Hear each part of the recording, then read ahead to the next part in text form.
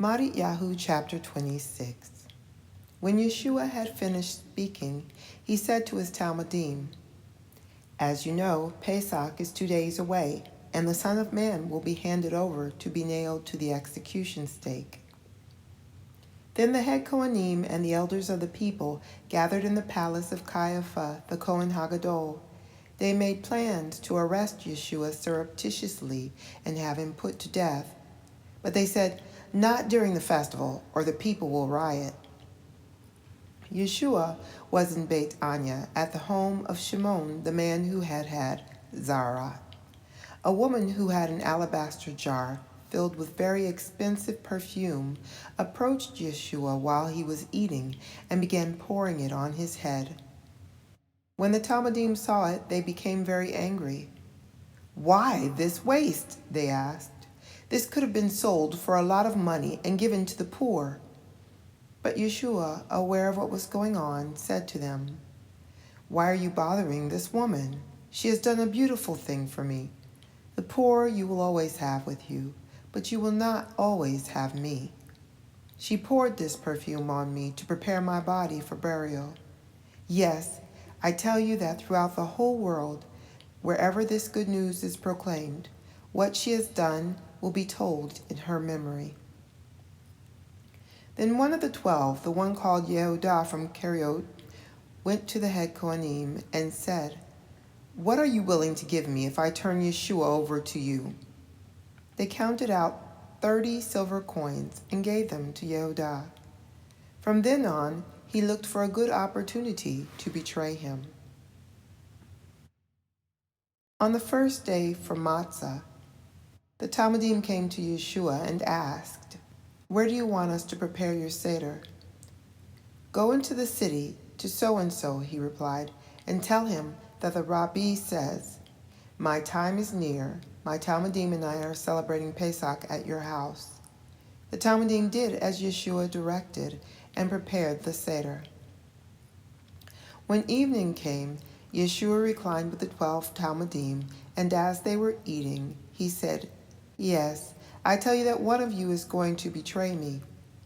They became terribly upset and began asking him one after the other, "Lord, you don't mean me, do you?" He answered, "The one who dips his matzah in the dish with me is the one who will betray me. The Son of Man will die just as the Tanakh says he will, but woe to the man by whom the Son of Man is betrayed. It would have been better for him had he never been born." Yehudah, the one who was betraying him, then asked, "Surely, Rabbi, you don't mean me?" He answered, "The words are yours." While they were eating, Yeshua took a piece of matzah, made the barakah, broke it, gave it to the Talmudim, and said, "Take, eat, this is my body." Also he took a cup of wine, made the barakah, and gave it to them, saying, "All of you drink from it, for this is my blood which ratifies the new covenant, my blood shed on behalf of many, so that they may have their sins forgiven. I tell you, I will not drink this fruit of the vine again until the day I drink new wine with you in my Father's kingdom." After singing the Hallel, they went out to the Mount of Olives. Yeshua then said to them, "Tonight you will all lose faith in me, as the Tanakh says, 'I will strike the shepherd dead, and the sheep of the flock will be scattered.' But after I have been raised, I will go ahead of you into the Galil." "I will never lose faith in you," Kepha answered, "even if everyone else does." Yeshua said to him, "Yes, I tell you that tonight, before the rooster crows, you will disown me 3 times. "Even if I must die with you," Kepha replied, "I will never disown you." And all the Talmudim said the same thing. Then Yeshua went with his Talmudim to a place called Gat Shemanim and said to them, "Sit here while I go over there and pray." He took with him Kepha and Zabdi's 2 sons. Grief and anguish came over him, and he said to them, "My heart is so filled with sadness that I could die. Remain here and stay awake with me." Going on a little farther, he fell on his face, praying, "My Father, if possible, let this cup pass from me. Yet not what I want, but what you want." He returned to the Talmudim and found them sleeping. He said to Kepha, "Were you so weak that you couldn't stay awake with me for even an hour? Stay awake and pray that you will not be put to the test. The spirit indeed is eager, but human nature is weak." A second time he went off and prayed, "My Father, if this cup cannot pass away unless I drink it, let what you want be done." Again he returned and found them sleeping. Their eyes were so heavy.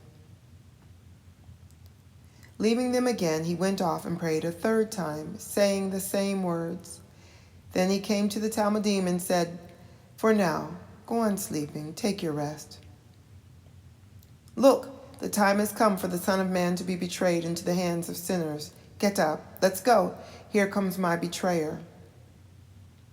While Yeshua was still speaking, Yehudah, one of the 12, came, and with him a large crowd carrying swords and clubs from the head Kohanim and elders of the people. The betrayer had arranged to give them a signal. "The man I kiss is the one you want. Grab him." He went straight up to Yeshua, said, "Shalom, Rabbi," and kissed him.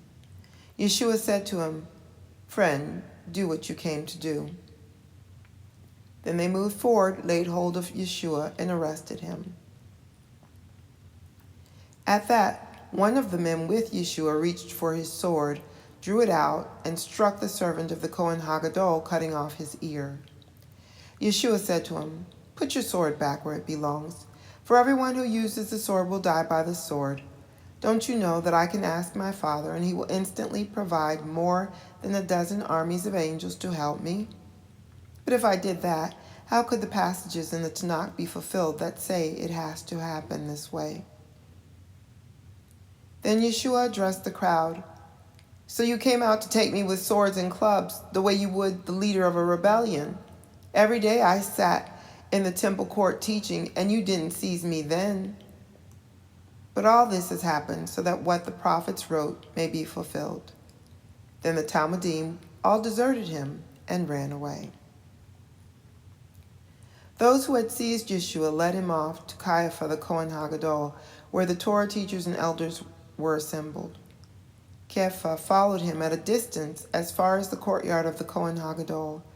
Then he went inside and sat down with the guards to see what the outcome would be.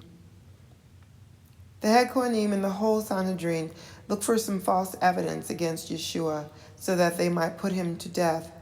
But they didn't find any, even though many liars came forward to give testimony. At last, however, 2 people came forward and said, "This man said, 'I can tear down God's temple and build it again in 3 days.'" The Kohen Hagadol stood up and said, "Have you nothing to say to the accusation these men are making?" Yeshua remained silent. The Kohen Hagadol said to him, "I put you under oath by the living God. Tell us if you are the Mashiach, the Son of God." Yeshua said to him, "The words are your own, but I tell you that one day you will see the Son of Man sitting at the right hand of Hagavura and coming on the clouds of heaven." At this, the Kohen Hagadol tore his robes. "Blasphemy," he said. "Why do we still need witnesses? You heard him blaspheme. What is your verdict?" "Guilty," they answered. "He deserves death." Then they spit in his face and pounded him with their fists, and those who were beating him said, "Now you, Messiah, prophesy to us. Who hit you that time?" Kepha was sitting outside in the courtyard when a servant girl came up to him. "You too were with Yeshua from the Galilee," she said, but he denied it in front of everyone. "I don't know what you're talking about." He went out onto the porch, and another girl saw him and said to the people there, "This man was with Yeshua of Nazareth." Again he denied it, swearing, "I don't know the man." After a little while, the bystanders approached Kepha and said, "You must be one of them. Your accent gives you away." This time he began to invoke a curse on himself as he swore, "I do not know the man." And immediately a rooster crowed. Kepha remembered what Yeshua had said, "Before the rooster crows, you will disown me 3 times." And he went outside and cried bitterly.